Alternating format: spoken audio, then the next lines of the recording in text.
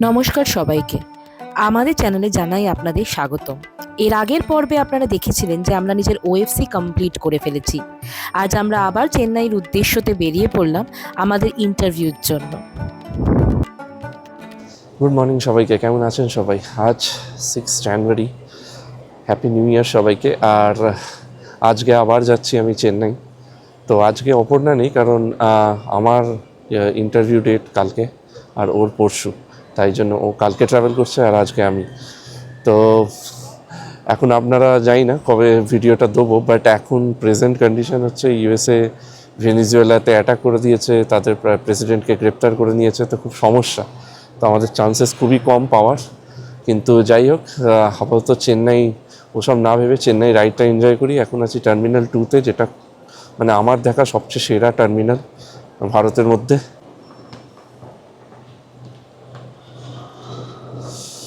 তো আমার বোর্ডিং আছে প্রায় 9:55-তে, এখন বাজে ওই 8টা মতো। তো বেশ কিছুটা সময় আছে, একটু খাওয়া দাওয়া করবো। আর যেটা একটা সমস্যা হয়েছিল, আমার কাছে বোর্ডিং পাস ছিল, কিন্তু এখানে এসে দেখছি সেটা প্রিন্ট হচ্ছে না। তো আবার সেই লাইনে দাঁড়িয়ে ওদের থেকে বোর্ডিং পাসটা নিতে হলো। জানি না, এবারে আমি আগেরটা গেছিলাম ইন্ডিগোতে, আর এবারে যাচ্ছি এয়ার ইন্ডিয়া এক্সপ্রেসে। দেখা যাক কেমন কি থাকে, সব কিছু বলছি। আপাতত যাই, সিকিউরিটিটা করে তারপরে কথা বলছি।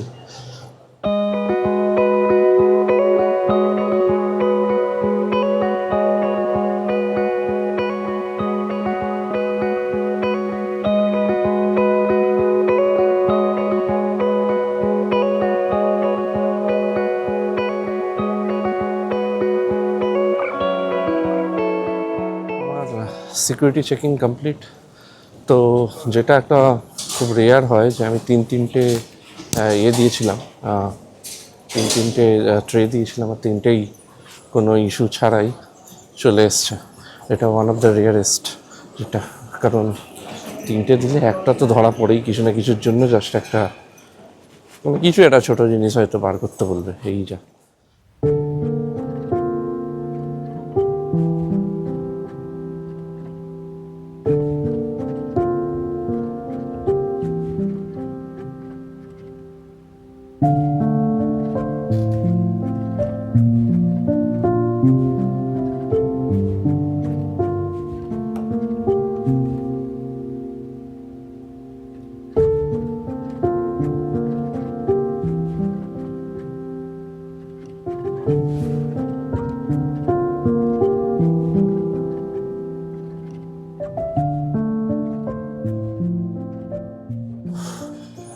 যাই হোক, এখন একটু খিদে পাচ্ছে। বাজে হচ্ছে এই 8:05 মতন, এখনও অনেকটা টাইম আছে, 1.5 ঘন্টা টাইম আছে। দেখি কিছু একটা খুঁজতে হবে কোথায় খাওয়া যায় ভালো কিছু। তো চলুন আপাতত একটা খুঁজে বেড়াই, কিছু একটা পাই কি না ভালো। মারাত্মক লেভেলের মানে একদম এয়ারপোর্টটা বানিয়েছে এটা, মানে অদ্ভুত।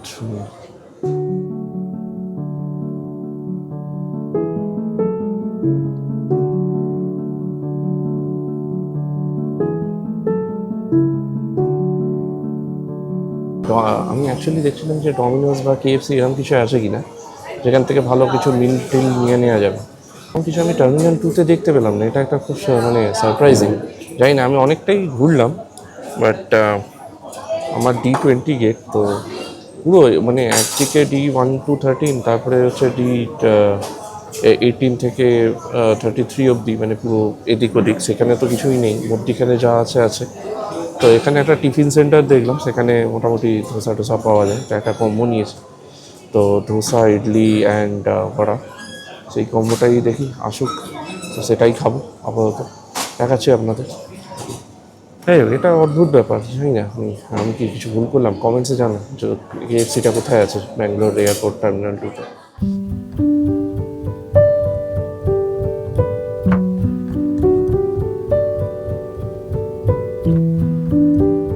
খাওয়া দাওয়া হয়ে গেল, বেরিয়ে পড়লাম। তো 576 টাকা পড়লো আমার, কিন্তু সেরকমভাবে দেখতে গেলে এয়ারপোর্টের রেসপেক্টে এটা ঠিকই আছে, কারণ একদম পেট ভর্তি, মানে পেট ভরে খাবার মানে আমি খেতে পেরেছি। একটা ইডলি ছিল, একটা বড়া ছিল, একটা মশলা ধোসা ছিল, আর কি বেশ বলে, আর ইয়ে চা বা কফি যে কোনো একটা, মানে পুরো একটা মিল ছিল।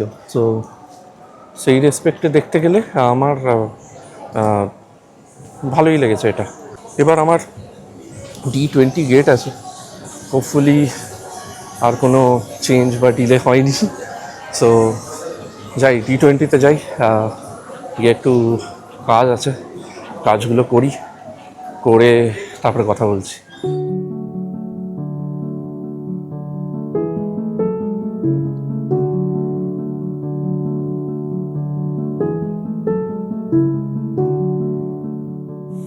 খবর সেটা হচ্ছে, আমি আবার দেখলাম, চেক করলাম, তো আমার গেটটা D19 হয়ে গেছে D20 থেকে। তো চলে এলাম, মোটামুটি এই D19 পুরো ফাঁকাই রয়েছে আপাতত। তো এখানে বসে একটু কাজটা সেরে নিই, নিয়ে আমি ভোট করে জানাচ্ছি কী হলো।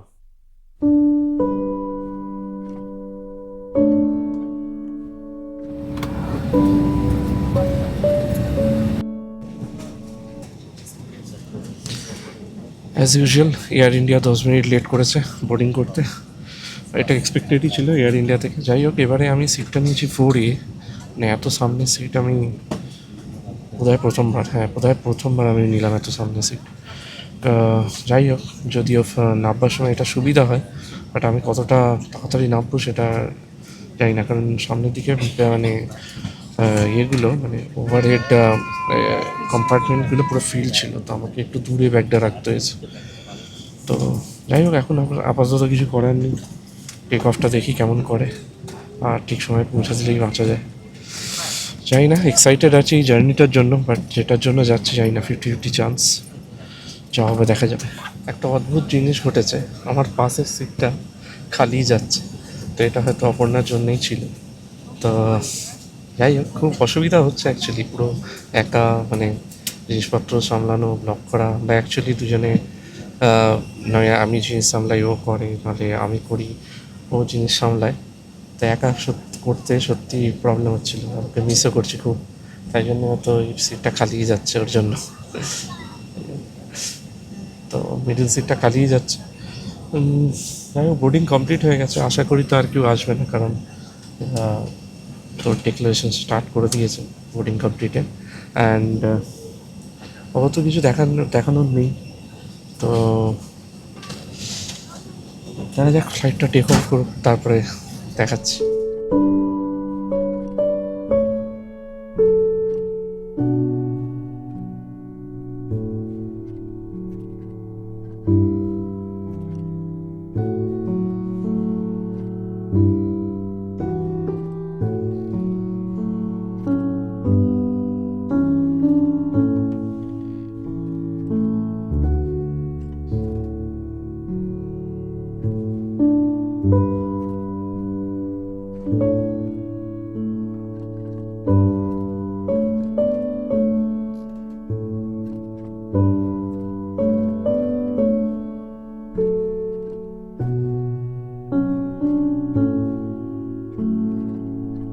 অ্যাট লাস্ট টেক অফ হলো।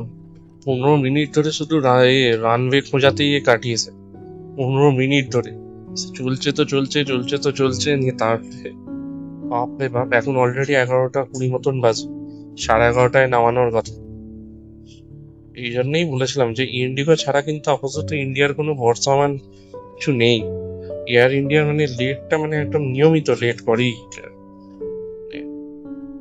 জানি না, হয়তো আবার কোনো নতুন এয়ারলাইন হয়তো আসবে যারা ইন্ডিগোর মতনই সার্ভিসেস দিতে পারবে, বাট আপাতত ইন্ডিগোর তো কোনো কম্পিটিটর নেই এই সেক্টরে, অ্যাটলিস্ট ডোমেস্টিক সেক্টরে কোনো কম্পিটিশন নেই। ঠিক আছে, দেখা যাক এবার খাবার দাবার দেবে, খাবার দাবার কি দেয় দেখাচ্ছে।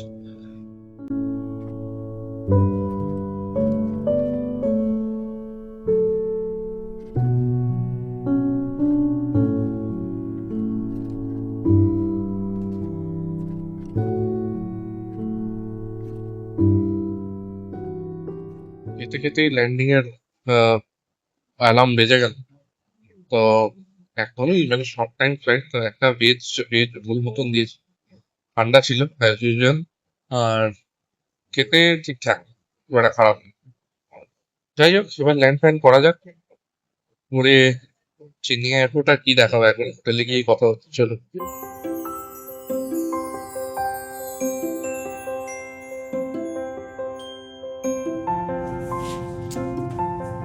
সবাইকে স্বাগত আবার চেন্নাইতে। তো পৌঁছে গেলাম সুন্দর সুষ্ঠুভাবে, একটু লেট হয়েছে বাট সেটা এক্সপেক্টেড ছিল আমার। এগেন একই জিনিস বারবার বলে লাভ নেই। তো এখানে এরো হাব বলে একটা জায়গা করেছে পুরো আলাদা করে, এর বাইরে, টার্মিনালের বাইরে। সেখানেই হচ্ছে পুরো পার্কিংটা, সেখানটা একটা শপিং মল টাইপের করেছে। সেটা একটা খুব ভালো ব্যাপার অ্যাকচুয়ালি। বেরিয়ে কিছু যদি খাবার টাবার কিছু লাগে সেখান থেকে নিতে পারে। আর এতে কী হচ্ছে, ওই টার্মিনালের ওখানে কোনো কনজেশনই নেই। তো এটা একটা খুব ভালো ব্যাপার। আমাদের কলকাতা এয়ারপোর্টে যেটা হয়, যখন প্রচুর মানে মানে প্রাইম টাইমটা একদম পুরো জ্যাম হয়ে যায় এই রাস্তাটা ওলা উবারের। তো এটা একটা ভালো ব্যাপার। আমার কালকে 12টার সময় আছে ইন্টারভিউ। তো দেখা যাক কী হয়। আপাতত আজকের দিনটা এনজয় করি চেন্নাইতে। চলুন হোটেলে গিয়ে কথা হচ্ছে। ভেবেছিলাম ক্যামেরাটা খুলবো না, বাট এখানে এত সুন্দর গল্প হচ্ছে দাদার সাথে। তো এই আর কি, আমি যখন চেন্নাইতে ছিলাম তো সেই সব গল্প হচ্ছে, কেমন কি পলিটিক্সেরও আলোচনা হচ্ছে। You can say hi here. Hi. Hi. Hi everyone. তো উনি আমাদের চ্যানেলটাও দেখলেন। যাই হোক, একটু বাংলাতে অসুবিধা হয়ে জন্য। তো যাই হোক, ইনি একটা জিনিস এখানে ভালো যে এখানে সবাই কিন্তু ইংলিশ জানে, প্রপার ইংলিশেই কমিউনিকেশন করা যাচ্ছে। তো হোটেলে চেকিং হয়ে গেছে। তো এখন বাজে ওই 2:15 মতন। চেক ইন তো স্মুথ ছিল, সেম টাইপ অফ রুম, কিন্তু এবারে রুমটা একটু বেটার, মানে একটু পরিষ্কার বেশি। তো মোটামুটি একদিনের জন্য চলে যাবে, যেটা ঢুকেই চেক ইনের সময় একজনের সাথে দেখা হয়েছিল। সে বললো ভিসার জন্য এসছো, বাট খুব সাবধান, আজকে কিন্তু প্রচুর রিজেকশন হয়েছে। তো be prepared for different types of questions. মানে যাই না, এবারে সব জায়গাতে এতই আতঙ্ক যে এই ভিসাটা পাওয়ার জন্য, যে কি বলবো। যাই হোক, না দিলে না দেবে, আর কি করবো। আমি খুব একটা এক্সপেকটেশন নিয়ে আসিনি, কারণ 50-50 চান্স আমার মনেই হয়েছিল আগেই, যা সিচুয়েশন ইন্ডিয়ার সাথে এখন। যাই হোক, কালকে যাব, নিজের মতন, দিলে দেবে, না দিলে না দেবে। না দিলে ওই আর কি, মানে একটু খারাপ তো লাগবেই। যাই না এই ভিডিওটা পোস্ট করতে পারবো কি না যদি না দেয়। তো ঠিক আছে, দেখা যাক কালকে যা হবে দেখা যাবে।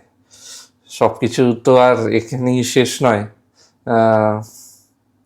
দেখা যাবে কি হবে। চলুন আপাতত এবার কাজে বসে একটু খাওয়া দাওয়া করি, খিদে পেয়েছে, নিয়ে তারপরে কথা বলছি পরে।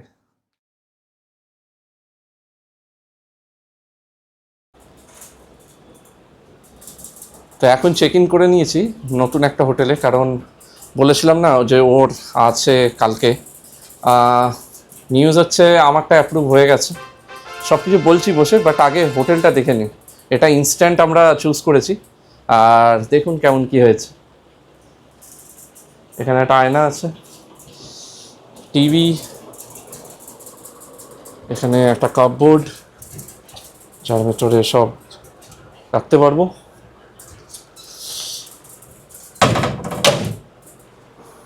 এসি আছে, পাখা আছে, এই হচ্ছে শোয়ার জায়গা, একটা ফ্রিজও রয়েছে সুন্দর, ডাস্টবিন, ইলেকট্রিক কেটলি, আর কি কি রয়েছে, আচ্ছা গ্লাস, এগুলো কি আছে এই না, আচ্ছা ashtray, electric kettle, glass, ashtray. এইখানে একটা জানলা রয়েছে যেখান থেকে কোনো ভিউ নেই। আর এইটা হচ্ছে বাথরুম।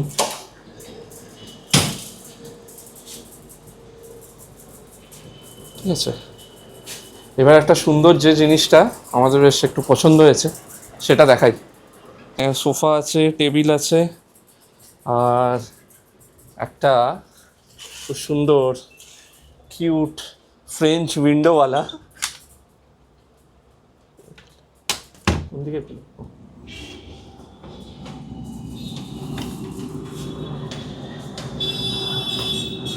এটা হচ্ছে একটা ছোট্ট বারান্দা।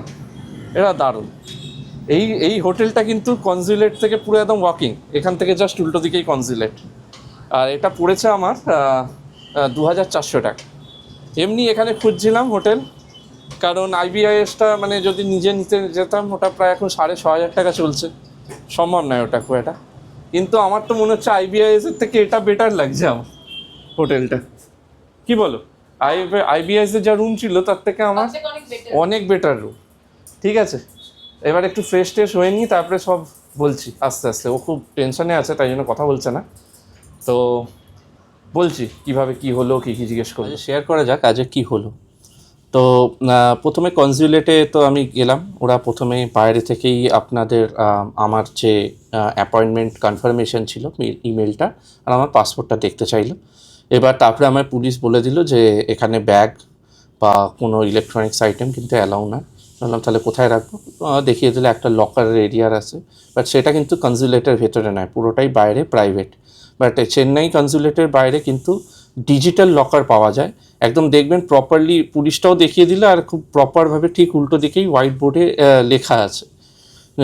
আর বাদ বাকি অনেক কিন্তু অটোওয়ালা এদিক ওদিক মানে বলছিল আসতে, কিন্তু আমি যাইনি, আমি ওইখানেই গেলাম ডিজিটাল লকার। আর জিনিসটা পুরো ফেস রেকগনিশন দিয়ে লক হয়, মানে আমার খুব ভালো লাগলো। প্রপার একটা জায়গাতে লোক আছে কন্টিনিউয়াসলি সেটা মনিটর করছে আর নিজের ফেস এনাবেলড লকার। তো সেখানে আমি রাখলাম, দাম লাগলো 352 টাকা 2 ঘন্টার জন্য। যতক্ষণই থাকুন আপনার 2 ঘন্টার জন্য আপনাকে মিনিমাম দিতেই হবে। এবার ওরা কিন্তু যখন আমি জিনিসপত্র নিয়ে নিলাম পুরো সেফলি, তারপরেই আমার থেকে কিন্তু চার্জ করলো টাকাটা।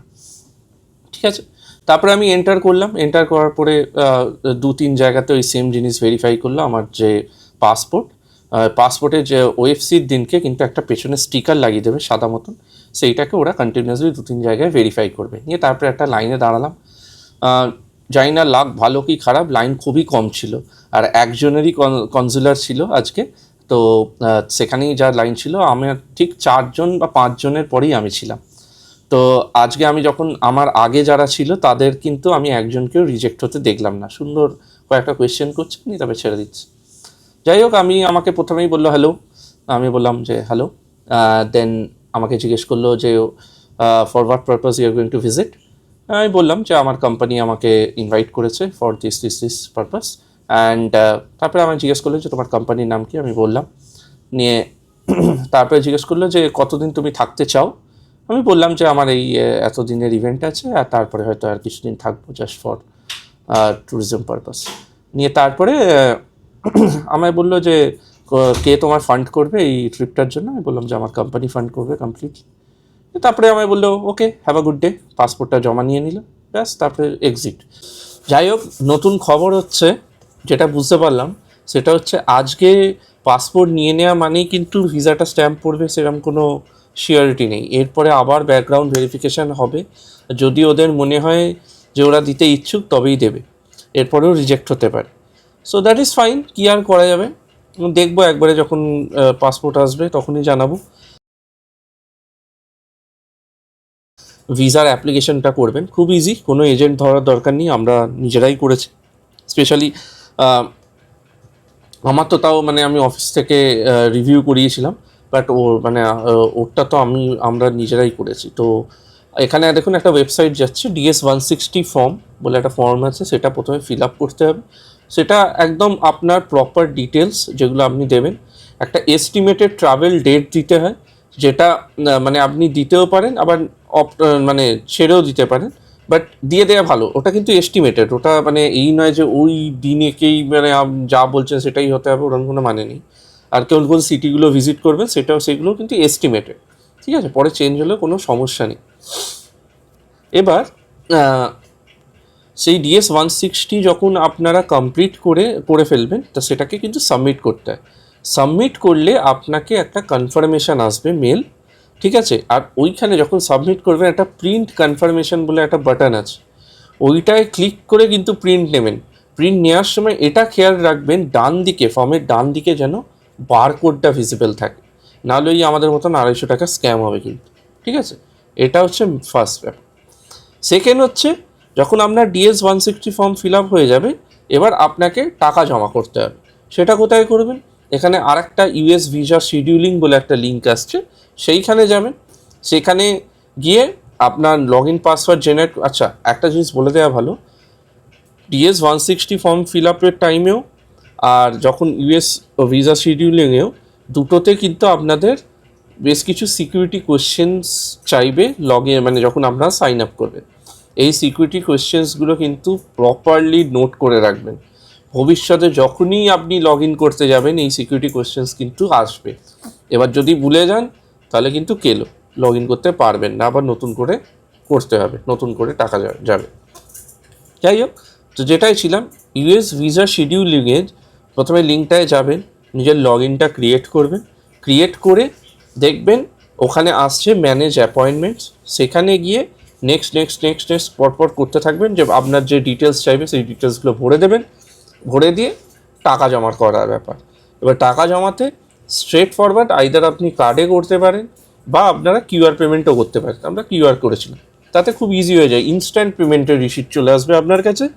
যেই পেমেন্ট হয়ে গেল তখনই দেখবেন আপনার শিডিউল অ্যাপয়েন্টমেন্ট বলে একটা ট্যাব ওপেন হয়ে যাচ্ছে এই পার্টিকুলার ওয়েবসাইটটাতেই শিডিউল অ্যাপয়েন্টমেন্ট ট্যাবটা ওপেন হয়ে যাবে ডান দিকে। সেখানে গিয়ে আপনারা চুজ করে নেবেন যে কোন পার্টিকুলার এতে মানে কনসুলেটে নিতে চান। আপনি যদি DS-160-তে যে কনসুলেট লিখেছেন সেই কনসুলেটেই যে মানে আপনাকে অ্যাপয়েন্টমেন্ট বুক করতে হবে এরকম কোনো কিন্তু মানে নেই, ঠিক আছে? আপনার যা প্রেফারেন্স বা যেটা পাচ্ছেন, যেটা আপনি চাইছেন সেই কনসুলেটে চলে যান, ঠিক আছে? সেইখানেই পুরো ওএফসি করাতে পারেন, ইন্টারভিউ করাতে পারেন, সব করাতে পারেন। কিন্তু DS-160-তে যে কনসুলেট ফিল করেছেন আলটিমেটলি আপনার পাসপোর্টটা সেই কনসুলেটেই আসবে, এসে আপনার কাছে যাবে, এই হচ্ছে নিয়ম। তো যখন অ্যাপয়েন্টমেন্ট শিডিউল করছেন এরম কোনো ব্যাপার নেই যে আমি কলকাতা চুজ করেছি DS-160 তো কলকাতাতেই নিতে হবে, বা চেন্নাই সিলেক্ট করেছি চেন্নাই নিতে হবে। আপনি যেখানে পাচ্ছেন, যেখানে আপনার সুবিধা, আপনার সেখানে গিয়ে ওএফসি বা ইন্টারভিউ দিতে পারেন, ঠিক আছে? DS-160-তে যা ফিল আপ করেছেন ডাজেন্ট ম্যাটার, ঠিক আছে? এবার এই অ্যাপয়েন্টমেন্টটা কিন্তু পাওয়া একটা খুব চাপের ব্যাপার এখন রাইট নাও, কারণ আমি যেটা লেটেস্ট পেয়েছিলাম সেটা হচ্ছে মার্চ মাসের 22 তারিখে, কিন্তু আমার তো মানে আমি যার জন্য যাচ্ছি সেই জিনিসটাই ফেব্রুয়ারি মাসে। তো আমাকে ফেব্রুয়ারির আগে মানে আমাকে জানুয়ারিতে পেতে হবে, জানুয়ারিতে মানে ডিসেম্বরে ফর্ম ফিল আপ করে 1 মাসের মধ্যে এখন পাওয়া অলমোস্ট ইম্পসিবল, পাবেনই না। বিভিন্ন রকম ট্রাই করতে পারেন, পাবেন না। আমি একটা এজেন্টের দ্বারা করিয়েছি এটা, সেই এজেন্টের নাম আর ফোন নাম্বার আমি ডেসক্রিপশন বক্সে দিয়ে দিলাম, যদি আপনাদের দরকার লাগে দেন তাকে আপনারা রিচ করতে পারেন। আমাকে আর অপর্ণাকে দুজনকেই কিন্তু আমরা যা বলেছিলাম, যে ডেট বলেছিলাম সেই ডেটই করে দিতে পেরেছি, ঠিক আছে? তো মোটামুটি ঠিক আছে, মানে জেনুইন এজেন্ট। সে নিয়েছে আমাদের দুজনের 15,000, ঠিক আছে? দুজনেরটা 15,000, সিঙ্গেল হলে 8,000 নেয়, ঠিক আছে? এইভাবে অ্যাপয়েন্টমেন্ট চলে এলো। এবার যেই অ্যাপয়েন্টমেন্ট হয়ে গেল, অ্যাপয়েন্টমেন্ট ইজ এগেন, আপনি কিন্তু অ্যাপয়েন্টমেন্ট রিশিডিউল করতে পারেন, বাট একবারই করতে পারেন, ঠিক আছে? একবার হয়ে গেলে কিন্তু তারপরে রিশিডিউল করতে গেলে আপনাকে আবার নতুন করে টাকা দিতে হবে। তো এটা মাথায় রাখবেন। আর যাদের টাইম কোনো কনস্ট্রেন্ট নেই তারা নিজেরাই যে ডেটটা পাচ্ছে সেইখানে চলে যাবে, একদম সোজা ব্যাপার। নিয়ে তারপরে যেমন আমরা ওয়েবসিতে করার জন্য এসেছি, ওয়েবসিতে যা ডকুমেন্ট, আমি এখানে একটা ডকুমেন্ট লিস্ট করে দিচ্ছি, মানে দেখিয়ে দিচ্ছি, আপনারা পজ করে দেখে নেবেন যে ওয়েবসিতে কী ডকুমেন্ট নিয়ে যেতে হবে আর ইন্টারভিউতে কী ডকুমেন্ট নিয়ে যেতে হবে, ঠিক আছে? মেন ব্যাপার হচ্ছে পজিটিভ থাকবেন, নিজের ব্যাপারে কোনো মিথ্যে কথা বলবেন না, আর তারপরে দেখা যাবে, তারপরে ভগবান ভরসা আর কি। তবে একটা আমার ফিলিং আসছে, আমি যে চেন্নাইকে 2013, 14, 15 সালে দেখেছি সেই চেন্নাই কিন্তু অনেকটাই পাল্টে গেছে। জয়ললিতা চেন্নাইটাকে খুব সুন্দর করে সাজিয়ে রেখেছিল, এখন যথেষ্ট নোংরা হয়ে গেছে। আমার খুব একটা ভালো ফিলিং আসছে না এখন চেন্নাইতে। যাই হোক, তো এখন প্রচুর টেনশন করছে, তো টেনশন করুক আজকের দিনটা। কালকে আবার কথা হচ্ছে, কাল সকাল সকাল আছে আমাদের, ও সকাল 8টায় কালকে টাইম আছে। তো এখন বিভিন্ন ডকুমেন্টসদের কাজ করছে নিয়ে, তারপরে কালকে ও এখন কথা বলবে না কারণ ও টেনশন করছে, তাই একবারে লাফাতে কালকে কথা বলবে। The next day. সকাল ঘুম থেকে আমায় তুলে দিয়ে আমি লেবারের মতন বাইরে দাঁড়িয়ে, শুনুন কি হয়েছে ওর সাথে। সো হ্যালো এভরিওয়ান, আমি অনেকক্ষণ পর ভিডিওতে আসলাম, কারণ আমি প্রচণ্ড টেন্স ছিলাম, প্রচণ্ড নার্ভাস ছিলাম।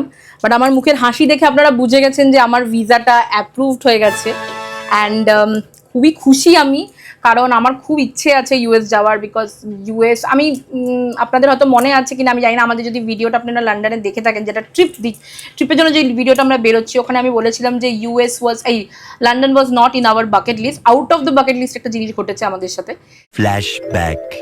সরাসরি লন্ডন, একটা স্বপ্নের শহর, out of the bucket list. আমরা কখনোই ভাবিনি যে যাব। A flashback. US was always in my bucket list. তো একটা বাকেট লিস্টে টিক পড়তে যাচ্ছে মানে একটা, আপনারা বুঝতেই পারছেন ওটা কেমন একটা ফিলিং হয়। তো যাই হোক, আমি আর কথা না বাড়িয়ে সোজা ইন্টারভিউর কথাতে আসি। আমার টাইমিং ছিল সকাল 8টার। আমি 7:30 থেকে 7:45-8টার মধ্যে পৌঁছে যাই।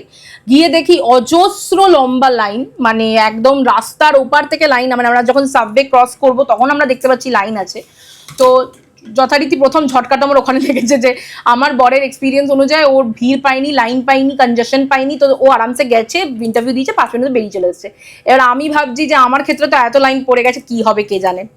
যাই গেলাম, ওখানে আমার ফার্স্টে চেকিং হলো। চেকিং হওয়ার পর আমি ভেতরে ঢুকলাম। আমাকে দাঁড়াতে হয়েছে বেশ কিছুক্ষণ, আই থিঙ্ক 10 to 15 মিনিটস আমাকে লাইনে দাঁড়াতে হয়েছে, কিন্তু প্রচুর ভিড় ছিল। আর এক এক করে 18টা কাউন্টার খুলে দিয়েছিল, বেশিরভাগ উইমেন কনজিউলার ছিল। অ্যান্ড আমি যখন যাই ভেতরে তখন তো জাস্ট নর্মাল যেমন লাইনে দাঁড়াতে হয়, যেমন আপনারা অন্য কোনো ভিসার ওখানে লাইনে দাঁড়াবেন ওরকমই লাইনে দাঁড়াতে হয়। এক এক করে ডাকে, পাসপোর্ট দেখে, ওই আপনাদের পাসপোর্টের পিছনে যে বারকোডটা আছে ওটা বারবার করে স্ক্যান করে, প্রত্যেকটা স্টেপেই স্ক্যান করা হয়, করে আপনাকে লাইনে কাউন্টারে পাঠিয়ে দেওয়া হয়। তো আমার কাউন্টার নাম্বার 13 পড়েছিল। বেশিরভাগ লোকেরা অ্যাকসেপ্টেড হচ্ছিল। আমি সবাইকে দেখছি যখন বেরোচ্ছে কনজুলেটের ওখান থেকে এবারে এরকম প্রম করে বেরোচ্ছে, আমি তখনই বুঝে গেছি অ্যাকসেপ্ট হয়ে গেছে। আমার সামনে যারা ছিল তারা অফিস গোয়িং পার্সনস ছিল, একটা দুটো ফ্যামিলিও ছিল। আর আমার কাউন্টার নাম্বার 13 পড়েছে। আমি 13-এও বিলিভ না, আমার 13 খুব একটা ভালো নাম্বার লাগে না, বাট আমার কাউন্টারটাই 13 পড়েছিল। সো আমি যখন দাঁড়িয়ে থাকি, আমার সামনেই একটা ছেলে আর একটা মা দাঁড়িয়ে থাকে, মানে ছেলেটা স্টুডেন্ট, ও আর ওর মা ওকে জাস্ট ওখানে দিতে যাচ্ছে। তো ওর মা ট্যুরিস্ট ভিসার জন্য অ্যাপ্লাই করেছিল, ছেলেটা স্টুডেন্ট ভিসার জন্য অ্যাপ্লাই করেছিল। তো যাই হোক, ওদেরকে প্রচুর প্রশ্ন করা হচ্ছিল। তো আমি জাস্ট আর কি ভাবছিলাম যে বাবারে, তো যার হাতে পড়েছি সে তো মানে একেবারে কি না কি জিজ্ঞেস করবে কে জানে। বাট তখন আর চিন্তা করে আমার কাছে কিছু করণীয় ছিল না, যেটা হবে ফেট মেনে নিতে হবে। আমাকে ফার্স্ট যে প্রশ্নটা করলো সেটা হচ্ছে, প্রথমে তো পাসপোর্ট দিতে হয়। পাসপোর্ট অ্যাকচুয়ালি আপনাদেরকে আপনি একটা কথা বলে দিই, যদি আমাদের এই ভিডিওটা দেখে কেউ সাজেশন নিতে চান, পাসপোর্টটাই দেবেন, আর কিছু দেবেন না। বিকজ যদি ওদের কিছু লাগে ওরা নিয়ে নেবে, বাট পাসপোর্টটাই দেবেন। তো যাই হোক, আমি পাসপোর্টটা দিলাম। পাসপোর্টটা দেওয়ার পর আমার পাসপোর্টটা চেকিং করতে শুরু করলো, আর ওদের সামনে আমার মনে আমার ডিটেলসগুলো চলে আসলো। First question, which is very usual question, what is your purpose of travel. তো আমি বলেই দিলাম যে I am travelling to the United states of America for tourism purpose. So তারপরে আমাকে জিজ্ঞেস করলো যে who is sponsoring your trip. আমি বললাম it's a self sponsor trip. তখন ও বলছে what's your duration of your stay. এটা খুব নর্মাল প্রশ্ন। তো আমি বললাম যে it's a 10-day trip. I will be flying to US on February 12th and I will be coming back to India. এখানে আমি একটা ভুল করে ফেলেছিলাম, 22nd Feb ছিল, বাট আমি 23rd Feb বলেছিলাম। বাট ও যেহেতু কিছু দেখতে চাইনি, ও যদি টিকিট দেখতে চাইতো আমাকে নিঘাত ধরতো, ও যা মহিলা, ও ধরতে হবে তুমি তো 23rd বললে, ইটস রিটেন 22nd। তো আমি ওখানে ভয় পাচ্ছিলাম, বাট ও কিছু দেখতে চাইলো না, ও শুনলো। তারপর আমার পাসপোর্ট নিয়ে সমানে খুঁটিনাটি করেই যাচ্ছে, মানে আমার এক এক সময় মনে হচ্ছে এক্ষুনি পাসপোর্টটা ফেরত দিল।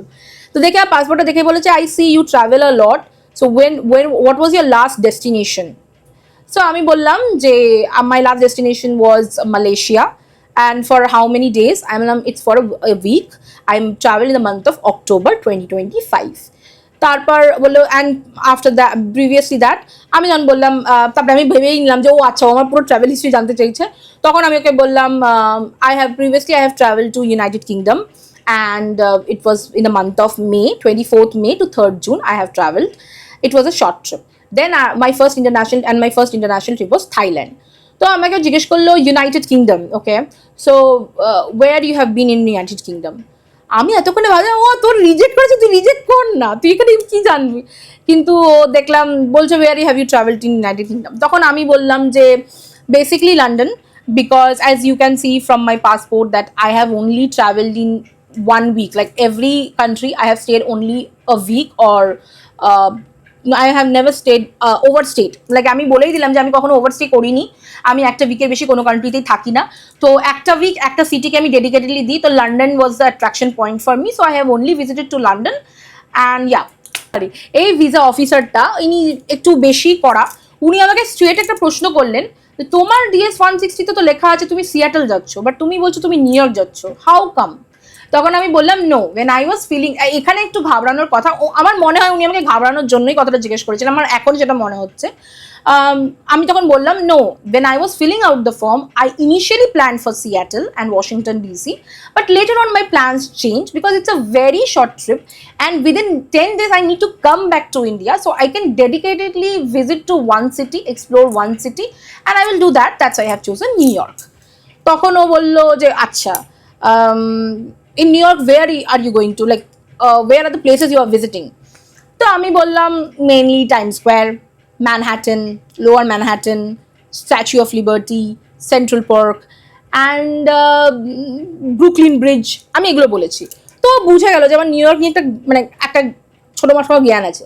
সে নেক্সট প্রশ্ন যেটা করলো, do you have any relatives in US? আমি বললাম no, I don't have any family or relatives in US। তারপরও আমাকে যেটা করলো, what are your ties in India? তো আমি বললাম যে I have my family, I have my relatives, and also my job is there. I have a stable job, so basically I have everything in India. তখন বলছে যে ওকে, are you married? আমি বললাম আমি জানি না এই প্রশ্নটা কেন করলো, লেখাই তো ছিল। বললাম yes I am married. Okay, so where does your husband work? আমি বললাম আমার হাজব্যান্ড কোথায় কাজ করে, ডেজিগনেশনও বললাম। মানে লাস্ট প্রশ্ন যেটা আমার খুব ফানি লেগেছে, ও আমাকে বলছে প্লিজ প্লেস ইউর ফিঙ্গার, মানে বায়োমেট্রিকের জন্য। তো আমি ওটা দিতে বলছে by placing it tell me what you have seen in Malaysia. বাবা কি হচ্ছে? তো আমি বায়োমেট্রিক দিতে দিতে কথা বলছি যে I have been Malaysia in the month of October and I have visited 3 cities of Malaysia, which is Kuala Lumpur, next is Penang, and third is Langkawi. How are those places? And Langkawi is thrilling, Penang is boring, and Kuala Lumpur is energetic and good infrastructure. ব্যাস আমি মানে point two point বলেছি। Point two point বলে দেওয়ার পর ও আমাকে বললো ওকে। তারপরে দেখি ও আবার পাসপোর্টটা নিয়ে এরকম আর এরকম করে চালা, এবার ফেরত দিয়ে দেবে আমাকে এবার পাসপোর্টটা, কিন্তু দেখলাম ফেরত দিল না। তো ফেরত না দেওয়ার পর ওর দেখলাম পাসপোর্টটা সাইডে রাখলো আর বললো congratulations, your visa is approve, you will get your passport within a week. এইটা বলার পর আমি বলছি থ্যাংক ইউ। মানে ও এত প্রশ্ন আমাকে করেছে যে ও যে congratulation your visa is approved, আমি ওটাকে পজিটিভভাবে নিতেই পারছি না। তো আমি বললাম passport, you will get your passport within a week. ও আচ্ছা। আমি বললাম বেশি চাইবো না বাবা, একটু ফেরত দিতে পারে, নাই তোর পাসপোর্ট নেওয়ার ইচ্ছে তুই নিয়েই নে।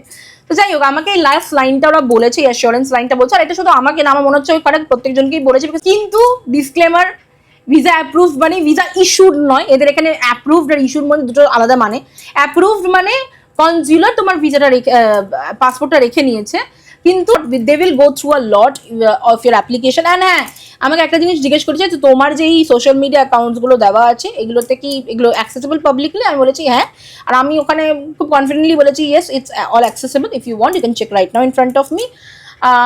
তো দেখলাম না, that is not required. Actually ডকুমেন্টসও কিছুই দেখিনি আমার, মানে আমার বরের সাথে যেটা হয়েছে আমার সাথে তাই হয়েছে, আমার কোনো ডকুমেন্টসই দেখিনি। বাট আমার মনে হয়েছিল আমার ডকুমেন্টস দেখবে, বিকজ আমি একটা অলোন উইমেন ট্রাভেল করছি। তো বাট হ্যাঁ, এই হচ্ছে আমার পুরো ভিসা ইন্টারভিউ। আমাকে জাস্ট লাস্ট দুটো লাইন বলে দিয়েছিল অ্যাপ্রুভড মানে কি, তুমি এখনও বলছি ইস্যুড নয়, বাট আশা করি ইস্যুও হয়ে যাবে অ্যাপ্রুভ যখন হয়ে গেছে, because this is one of the most difficult area একটা US ভিসা পাওয়ার। এইটা যখন অ্যাপ্রুভাল এসে যায় তার মানে ওরা ইস্যুই করবে, না হলে ওরা পাসপোর্ট চট করে রেখে দেয় না। ঠিক আছে, মানে ওদের কনসিডারেশনই করছে ওরা, তাই বলি ওরা পাসপোর্টটা রেখে দেয়। যাই হোক, বাট হ্যাঁ, আমি যতটা মনে মনে ভেবেছিলাম যে আমি মানে একদম মানে ফ্ললেসলি বেরিয়ে আসবো, সেটা হয়নি। একটু মানে আমাকে ইন্টারভিউতে একটু স্ক্রুটিনিটি করা হয়েছে, but because I gave all the answers and আমি একটা constant smile and confidence carry করছিলাম বলে আমি পেরে গেছি। বেশ, তো এটা ছিল আমার গল্প। আমি আপনাদেরকে এই ব্লগটায় আসার জন্য আমি খুব উৎসুক ছিলাম। কালকে অনেকবার আমাকে বলেছিল আসো, বাট আপনারা বুঝতেই পারছেন how much difficult time that was. আমি কালকে প্রচুর টেনশনে কাটিয়েছি, অ্যান্ড এই টেনশনটা মানে আমার মনে হচ্ছে আমি কতক্ষণে সারপ সেরে উঠবো। But finally today I am free. আর আজকে আমরা আবার ব্যাঙ্গালোর ব্যাক করছি। সো অফকোর্স এবার ট্রেন জার্নিটা এনজয় করতে করতে আরামসে যাবো।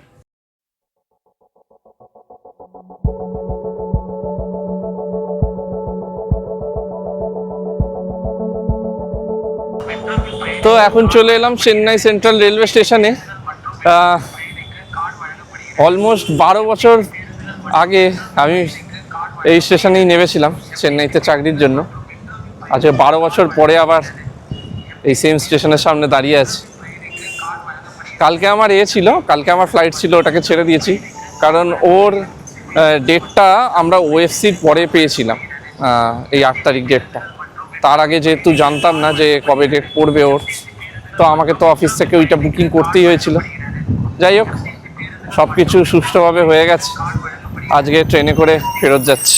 এখানে কিন্তু এখনও খুব ক্যাশ নিয়ে চলছে, বিভিন্ন জায়গায় ক্যাশ ছাড়া অ্যাকসেপ্ট করছে না। তো এটা একটা সমস্যা। এতটা তো আমাদের কলকাতাতেও নেই, কলকাতাতেও এখন সব জায়গায় অনলাইন অ্যাকসেপ্ট করে নেয়। এখানে হোটেলে ক্যাশ, খেতে যাচ্ছে সেখানেও ক্যাশ, ম্যাক্সিমাম জায়গায় জিপে অ্যাকসেপ্ট করছে না। জানি না এটা কেন। যাই হোক, চলুন এখন আমরা খুব চিপ ওয়েতে ট্রাভেল করব, কারণ আমাদের নেক্সট প্ল্যানটা হিউজ, তো খুব সামলে চলতে হবে।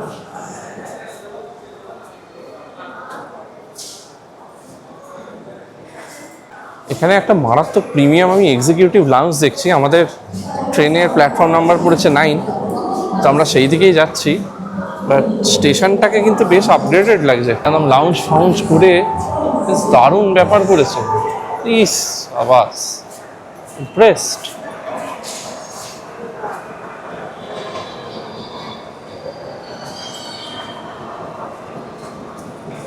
স্টেশনটা বেশ হ্যাপেনিং করে দিয়েছে, আগে এরকম ছিল না ব্যাপারটা। এই প্ল্যাটফর্ম নাম্বার 9 দেখা যাচ্ছে। আর 1 ঘন্টায় ট্রেন আমাদের, এখন বাজে হচ্ছে 12:30। তো আমাদের ট্রেন হচ্ছে 1:35-এ। তো এটা প্রায় 6 ঘন্টার জার্নি। আমরা সন্ধ্যে 7টা নাগাদ পৌঁছবো ব্যাঙ্গালোরে। তো স্টেশনটা কিন্তু প্রচুর পুরনো, চেন্নাই সেন্ট্রাল স্টেশন প্রচুর পুরনো। সেই রেসপেক্টে কিন্তু ভেরি ওয়েল মেনটেন্ড। আর এখন তো দেখছি আরও হ্যাপেনিংও হয়ে গেছে যথেষ্ট। চলুন, আর সেরকম কিছু দেখানোর নেই। প্ল্যাটফর্মে পেয়ে গেছি, এখানে বসে থাকবো। বসে আর কি করব, তারপর ট্রেনে উঠে কথা। এখন ট্রেন ধরার জন্য ছুটছি। D3 হচ্ছে আমাদের কোচ নাম্বার বা বগি নাম্বার। তো আমার বড় আগে আগে দৌড়চ্ছে। এই যে এটা হচ্ছে আমাদের ট্রেন।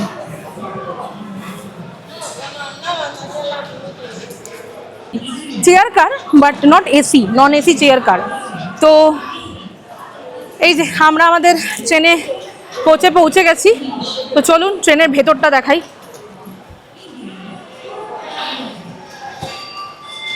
হচ্ছে নন এসি চেয়ার কার, 3 করে বসার জায়গা।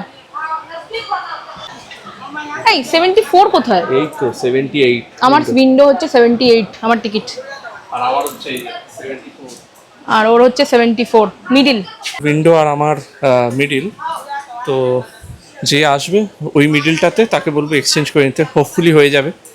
তো দেখা যাক কি হয়। তো ট্রেন ঠিকই আছে, কি বলো? অসুবিধা তো কিছু হওয়ার কথা নয়, একদম সুন্দর 6 ঘন্টা ঝিকঝিক ঝিকঝিক। আমাদের ট্রেন জার্নি স্টার্ট হয়ে গেছে। আমাদের ট্রেন পুরো একদম 1:30 বলেছে, 1:30 ছেড়ে দিয়েছে। কোনো চাপ নেই। তো কেমন লাগছে? ভাল লাগছে, নন এসি হলেও হাওয়া টাওয়া দিচ্ছে, ভাল লাগছে। আর বেশ দৃশ্য দেখতে দেখতে যাও। তো এগুলো করতে করতেই টাইম কেটে যাবে। 7টা নাগাদ তো আমাদের কেয়ারপুরম স্টেশন, তো আমাদের বাড়ির একদম কাছাকাছি, খালি ওয়াকিং ডিস্টেন্স আমাদের বাড়ি। তো ওটা আমাদের জন্য বেশ ভালো হয়ে গেল, না মেট্রো ধরতে হতো। হ্যাঁ, এটা কেয়ারপুরমে দাঁড়াবে দেখলাম। তো কেয়ারপুরমে দাঁড়ালে তো খুবই ভালো হয়, আমরা 7টায় একদম বাড়ি ঢুকে যাবো, হ্যাঁ। আর কোনো চাপ হবে না। এই সেম ট্রেনটাতে আমি চেন্নাই থেকে প্রথম ব্যাঙ্গালোর গেছিলাম। তো সেম এরকমই চেয়ার কার। হ্যাঁ, এটাই সবচেয়ে সস্তা ট্রেন। 160 রুপিসে সুন্দর পৌঁছে দেবে। আর এটা প্রতিদিন যায়, কোনো অসুবিধা হচ্ছে? 160 রুপিসে যথেষ্ট না, ঠিকঠাক। ভালো। বরঞ্চ 120 টাকার তো আমরা খাবার দাবারই খেয়ে নিলাম। তো ঠিক আছে, চলুক ট্রেন। যেহেতু সেরকম করার নিয়ে একটু বোরিং জার্নি হবে 6 ঘন্টা। তো দেখতে দেখতে চলি। আর পাহাড় টাহাড় নেই রাস্তাতে। আসার সময় আমি দেখেছিলাম খালি একটা কি দুটো জায়গায় পাহাড়ও না, টিলা ছিল। ভিউ এমন কিছু আহামরি নেই, ওই জন্য একটু বোরিং আছে। নাহলে ভিউটা ভালো থাকলে কিছুটা কম বোরিং হতো। যাই হোক, আমাদের কাজ হয়ে গেছে, আমরা বাড়ি যাচ্ছি। কাল থেকে আমরা নর্মাল রুটিনে ফিরবো। আর আপনাদের কিন্তু আমাদের আজকে জার্নিটা দেখানোর পর আমরা ডাইরেক্ট দেখাবো হচ্ছে আমাদের দিনকে পাসপোর্ট হাতে পেয়ে যাবো, তা আবার দুজনের পাসপোর্ট। তো for the best. Hope for the best and হয়ে যাবে আশা করি। আর তারপর তো আছেই, বাট আমি ভিডিওতে বলতে চাইছি, আমরা পুরো ভিডিওতে ভাবছিলাম ভিডিওটা আপলোড হবে কি হবে না, বাট আমি বলছি ভিডিওটা আপলোড হবে, ঠিক আছে, ভিডিওটা আপলোড হবে। অনেক বছর পর ট্রেনে চড়ে মনে পড়ে গেল সেই ছোটবেলার ট্রেন জার্নিগুলোর কথা। গরমের ছুটি পড়লেই কোনো একটা জায়গা ঘুরতে যাওয়া। অবশ্য তখন ট্রেন জার্নি মানে আমি একটা জিনিসই বুঝতাম, জানলার সামনে সিট পাওয়া। জানলার সামনে সিট পেয়ে গেলে একেবারে গ্লুয়ের মতন চিপকে যেতাম। মায়ের বানানো বাড়ির খাবার খেতে খেতে সেই সুন্দর দৃশ্যগুলোকে উপভোগ করা, উফ, যেন ছোটবেলার একটা আলাদাই অনুভূতি। অনেক বছর পর আজকে সেই অনুভূতিটা আমি যেন ফিরে পেলাম। এখন আমরা থিরুভাল্লুর স্টেশনে নামলাম। এটা হচ্ছে ফার্স্ট স্টপ, একদম পুরো বেসিক স্টেশন।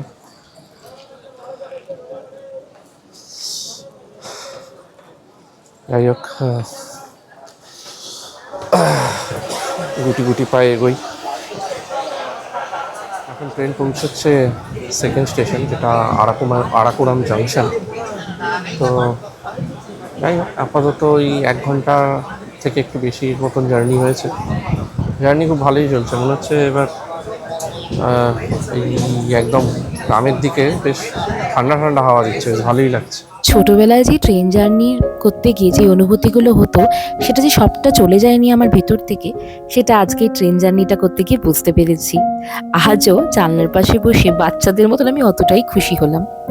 এনিওয়েজ, এই ট্রেন জার্নি নিয়ে একটা বিস্তার ভিডিও বানিয়েছি, মানে শর্ট দিয়েছি, নিজের মনের কিছু কথা যেটা কাগজে না লিখে আপনাদের সাথে ভিডিও হিসেবে শেয়ার করে দিয়েছি। পারলে একবার ঠিক দেখে নেবেন, অনেক মনের কথা বলা আছে আমাদের এই চ্যানেলে। একটা নতুন শহর ব্যাঙ্গালোরে স্টার্ট করছি আবার, চেন্নাই থেকে। ভালো একটা খবর আছে আর একটা খারাপ খবর আছে। তো ভালো খবরটা আগে দিয়ে দিই যে আমাদের দুজনেরই ভিসা অ্যাপ্রুভড হয়ে গেছে, চলে এসছে। আর খারাপ খবরটা কি কি খারাপ খবরটা বলবো না, দেখাবো।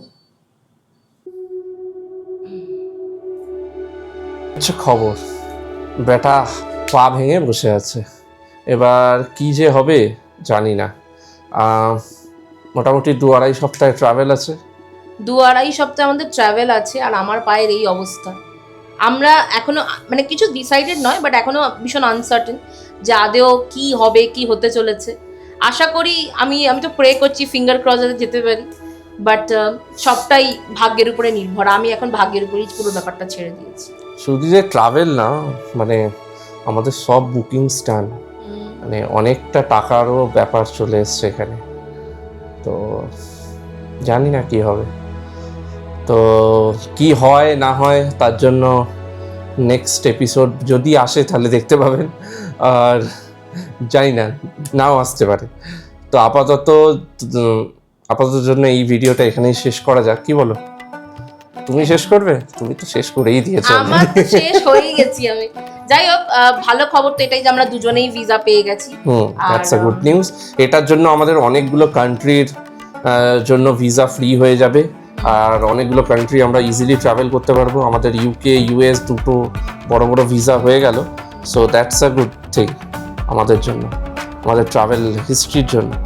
বাট আপাতত এই সিরিজটা খুব আনসার্টেন হয়ে গেল, এটাই যা।